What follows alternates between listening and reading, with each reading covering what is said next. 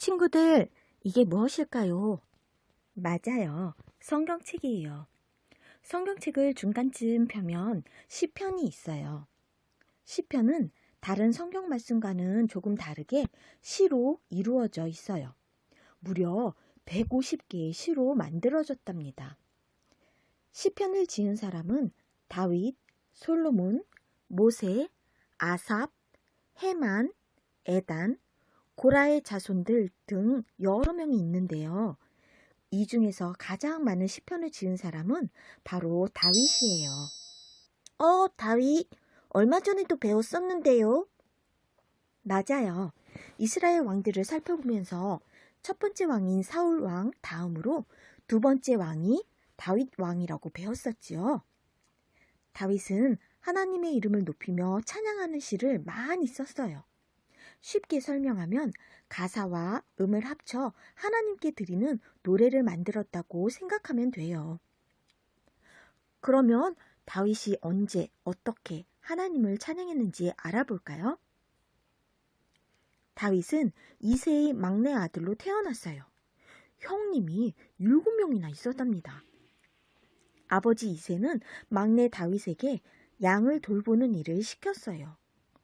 목자 다윗은 양들을 잘 돌보아 주었고 틈틈이 수금을 연주하며 하나님을 찬양했어요. 자, 여기 싱싱한 풀들도 있고 시원한 시냇물도 있으니 마음껏 먹고 마시렴. 하늘도 구름도 태양도 하나님께서 만드신 세상은 정말 아름답구나. 하나님, 이렇게 멋진 자연을 주셔서 감사합니다. 다윗은 자연을 보며 하나님을 찬양했어요. 아니 이런?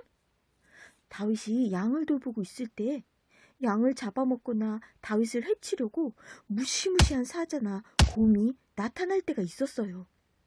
소년 다윗은 무서웠지만 하나님께 기도하며 용기를 냈어요. 하나님, 도와주세요. 다윗은 허리춤에 차고 있던 물매를 꺼내어 돌을 넣고 사자와 곰에게 던졌어요. 피웅! 퍽! 다윗은 물매로 돌을 던져 무서운 맹수들을 물리쳤어요. 내가 양을 돌보듯 하나님께서 목자가 되어주셔서 나를 돌보시는구나. 목자 되신 하나님, 저를 돌봐주시고 지켜주셔서 감사합니다. 다윗은 하나님의 이름을 높이며 찬양했어요. 그뿐만이 아니었답니다. 이스라엘의 첫 번째 왕인 사울은 다윗이 골리앗과 싸워 이긴 후 백성들이 좋아하는 것을 보았어요.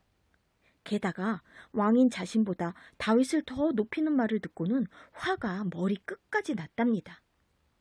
이러다가 저 녀석이 나를 밀어내고 왕이 되겠는걸.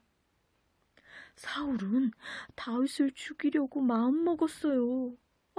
이러면 안 되는데 다윗은 얼마나 힘들었을까요? 사울 왕을 피해 도망다니는 다윗은 너무 슬펐어요.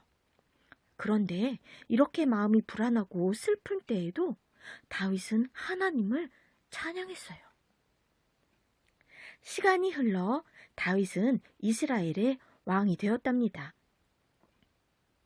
예전에 블레셋에게 빼앗겼던 하나님의 궤를 찾아와야겠다. 다윗은 하나님의 궤를 성으로 옮겨오게 되어 너무너무 기뻤어요. 이스라엘 백성들도 모두 기뻐하며 즐거워했어요. 세상에나 얼마나 기뻤는지 다윗은 옷이 벗겨지는 줄도 모르고 덩실덩실 춤을 추며 하나님을 찬양했답니다. 그런데 이렇게 하나님을 사랑하는 다윗도 죄를 지은 적이 있어요. 하나님께서 기뻐하지 않는 행동을 한 거예요. 하나님께서는 나단 선지자를 통해 다윗의 죄를 알려주셨어요. 다윗은 눈물을 흘리며 하나님께 자신의 잘못을 말하고 용서를 구했어요. 하나님, 제가 잘못했습니다. 저를 용서해 주세요. 다윗은 하나님께 용서를 구하며 자신이 부끄러운 죄를 지었을 때에도 깨끗한 마음과 정직한 마음을 주시는 하나님을 찬양했어요. 자, 이렇게 보니까 다윗은 기쁠 때에도 속상할 때에도 행복할 때에도 슬플 때에도 늘 하나님을 찬양했네요. 다윗이 이렇게 하나님을 찬양할 수 있었던 이유는 하나님을 사랑했기 때문이에요. 그리고 하나님께서 늘 돌보아 주시고 용기를 주시고 함께해 주시고 용서해 주신다는 믿음이 있었기 때문이에요. 하나님을 찬양한 다윗처럼 저도 하나님의 이름을 높여드릴 거예요 라는 친구 손을 들어볼까요? 하나님께서 친구들을 보시며 정말 기뻐하실 거예요. 함께 기도할게요. 하나님, 우리도 다윗처럼 기쁠 때도 슬플 때도 하나님의 이름을 높이며 하나님을 찬양하는